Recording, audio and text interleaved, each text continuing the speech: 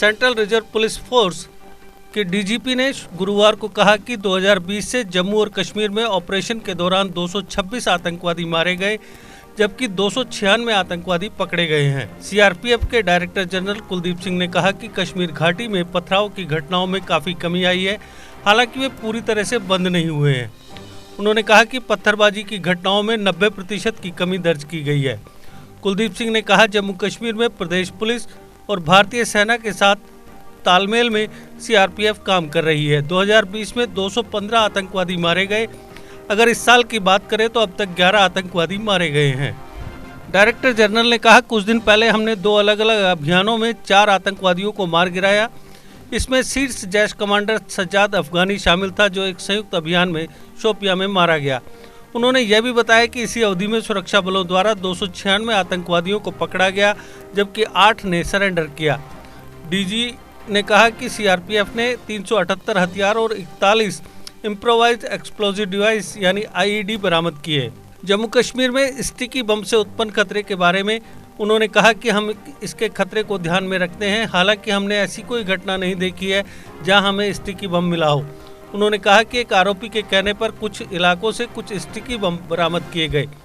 Director general CRPF ने कहा कि जम्मू कश्मीर में काफ़ी हद तक सामान्य स्थिति बहाल हो गई है। पहले इंटरनेट के इस्तेमाल पर प्रतिबंध था, लेकिन अब उसे हटा दिया गया है। 1900 बैच के पश्चिम बंगाल कैडर के आईपीएस अधिकारी ने कहा कि डीडीसी चुनावों के लिए केंद्र शासित प्रदेश में भेजे गए अतिरिक्त बल अब वापस आ गए हैं और बल की सामान्य तैनाती बनी हुई है। उन्होंने कहा कि करीब 265 कंपनियां जम्मू कश्मीर से वापस लौट आई हैं।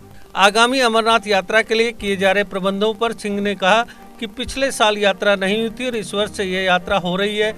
यात्रा के शांतिपूर्ण और सुचारू संचालन के लिए इंतजाम किए जाएंगे। सिंह ने कर्मियों को आवंटित राशन के पैसे पर इनकम टैक्स लगाए जाने के सवाल का जवाब देते हुए कहा कि उच्च अधिकारियों का अब तक कोई फैसला नहीं हुआ है। डायरेक्टर जनरल सीआरपीएफ ने कहा कि सीआरपीएफ के 80 जवानों ने अब तक कोविड-19 के आगे घुटने टेक दिए हैं। वामपंथी अतिवाद यानी LWE से प्रभावित राज्यों के बारे में बात करते हुए उन्होंने कहा कि माओवादी हिंसा के मामलों में उल्लेखनीय कमी आई है।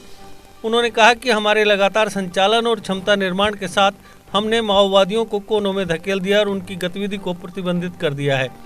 उन्होंने कहा, हम नक्सलवाद से बचने के लिए अल्पकालिक, मध्यम अवधि और दीर्घकालिक योजना बनाते हैं और उसी के अनुसार स्थिति का आकलन करते हैं।